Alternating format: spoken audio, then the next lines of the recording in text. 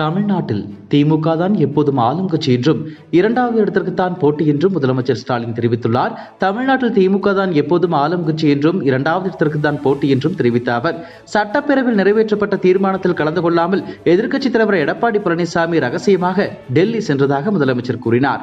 டெல்லியில் அமித்ஷாவை சந்தித்த போது இருமொழிக் கொள்கையை வலியுறுத்தியதற்கு எடப்பாடி பழனிசாமிக்கு நன்றி என்று தெரிவித்த முதலமைச்சர் மு.க.ஸ்டாலின், சிறுபான்மையின மக்களுக்கு ஒரு ஆபத்து என்றால் ஆட்சியில் இருந்தாலும் இல்லாவிட்டாலும் முதல் குரல் கொடுப்பது திமுக தான் என முதலமைச்சர் ஸ்டாலின் கூறினார். கூலிக்கு நெசவு செய்யும் விசைத்தறியாளர்களின் நியாயமான கோரிக்கைகளை நிறைவேற்ற திமுக அரசு முன்வர வேண்டும் என்று பாஜக மாநில தலைவர் அண்ணாமலை தெரிவித்துள்ளார்.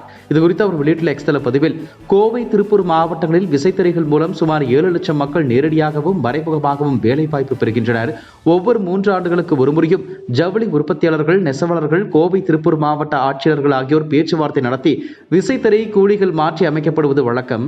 ஆனால் கோவை, திருப்பூர் மாவட்டங்களில் செயல்படும் சுமார் 2.50 லட்சம் கூலிக்கு நெசவு செய்யும் விசைத்தறிகளுக்கு கடந்த 2 ஆண்டுகளாகவே உயர்த்தப்பட்ட கூலி சரிவர வழங்கப்படவில்லை என்றும், கடந்த 2022ஆம் ஆண்டு பிப்ரவரி மாதம் நடைபெற்ற பேச்சுவார்த்தையின் போது ஏற்றுக்கொள்ளப்பட்ட 15% கூலி உயர்வும் தங்களுக்கு இன்னும் வழங்கப்படவில்லை என்று விசைத்தறியாளர்கள் வருத்தம் தெரிவித்துள்ளனர்.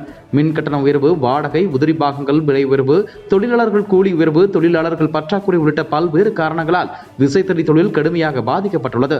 தமிழக அரசு இனியும் தாமதிக்காமல் விசைத்தறி உரிமையாளர்கள் மற்றும் ஜவுளித்துறையினர் இடையே பேச்சுவார்த்தை ஏற்பாடு செய்து விசைத்தறியாளர்களின் நியாயமான கோரிக்கைகளை நிறைவேற்ற உதவும்படியும், அதன் மூலம் வேலை நிறுத்தத்தை முடிவுக்கு கொண்டு வந்து பல லட்சம் தொழிலாளர்கள் வாழ்வாதாரத்தை மீட்டு தரும்படியும் அண்ணாமலை வலியுறுத்தியுள்ளார். விஜய் பேச்சு வினோதமாகவும் வேடிக்கையாகவும் இருந்ததாக பாஜக நிர்வாகி சரத்குமார் தெரிவித்துள்ளார். விஜய் துவங்கியிருக்கின்ற தாவிகாவின் முதல் பொதுக்குழு கூட்டத்தில் உண்மைக்கு புறம்பாக ஒன்றிய அரசை விமர்சித்து பேசியது வினோதமாகவும் வேடிக்கையாகவும் இருந்தன. பிரதமருக்கு தமிழகம் என்றால் அலர்ஜி, தமிழக ஜிஎஸ்டி வருவாயை வாங்கிக் கொண்டு பட்ஜெட்டில் தமிழகத்திற்கு நிதியை ஒதுக்குவதில்லை, இருமொழிக் கொள்கையில் உறுதி, வக்பு சட்டத்திருத்த மசோதாவை திரும்ப பெற வேண்டும், தொகுதி மறுசீரமைப்பு தேவையில்லை என்று மாநில அரசு சொல்லும் அதே கருத்துக்களை விஜய் பிரதிபலித்திருப்பதுதான் மேலும் வேடிக்கை என்று சரத்குமார் பதிவிட்டுள்ளார். மோடி தமிழ்நாடு வருகையை கண்டித்து அனைத்து மாவட்ட தலைநகரங்களிலும் காங்கிரஸ் கட்சி சார்பில் கருப்பு கொடி போராட்டம் நடத்தப்படும் என்று அக்கட்சியின் தலைவர் செல்வ பெருந்தகை தெரிவித்துள்ளார்.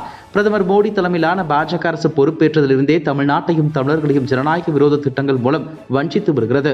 இந்தி திணிப்பு, மும்மொழிக் கொள்கை, புயல், வெள்ளம் பாதித்த தமிழ்நாட்டின் மாவட்டங்களுக்கு பேரிடர் நிதி ஒதுக்காதது, தமிழ்நாட்டிற்கு பள்ளி கல்விக்காக ஒதுக்கிய நிதியை வழங்காமல் இருப்பது, சென்னை மெட்ரோ 2ஆம் கட்டத்திற்கான நிதியை தாமதப்படுத்துவது, மகாத்மா காந்தி தேசிய ஊரக வேலைவாய்ப்பு திட்டத்தை மகாத்மா காந்தி பேரில் இருப்பதால் என்னவோ இந்த திட்டத்தை முடக்க நினைக்கிறது. அந்த வகையில் தமிழ்நாட்டிற்கு தர வேண்டிய 4034 கோடி ரூபாயை தராமல் கிராமப்புற மக்களின் வாழ்வில் விளையாடுகிறது ஒன்றிய அரசு. இதுபோன்ற காரணங்களால் தமிழ்நாட்டிற்கு ஏப்ரல் 6ஆம் தேதி வருகை தரும் பிரதமர் மோடியை கண்டித்து தமிழ்நாட்டில் உள்ள அனைத்து மாவட்ட தலைநகரங்களிலும் மாவட்ட தலைவர்கள் மற்றும் எனது தலைமையில் சென்னையில் கருப்பு கொடி ஏந்தி கண்டன ஆர்ப்பாட்டம் நடைபெறும் என்று செல்வ பெருந்தகை தெரிவித்துள்ளார்.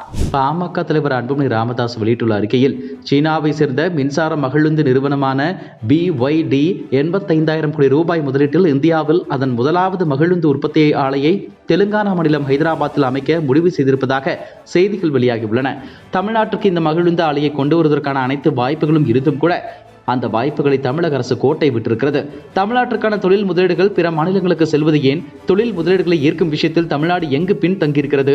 முதலீடுகளை ஈர்க்க மேற்கொள்ளப்பட வேண்டிய நடவடிக்கைகள் என்னென்ன என்பது குறித்தெல்லாம் தமிழக அரசு ஆராய வேண்டும். அதன் அடிப்படையில் தொழில் முதலீட்டை ஈர்ப்பதற்கான தமிழ்நாட்டின் திறனை அரசு அதிகரிக்க வேண்டும் என்று வலியுறுத்தியுள்ளார்.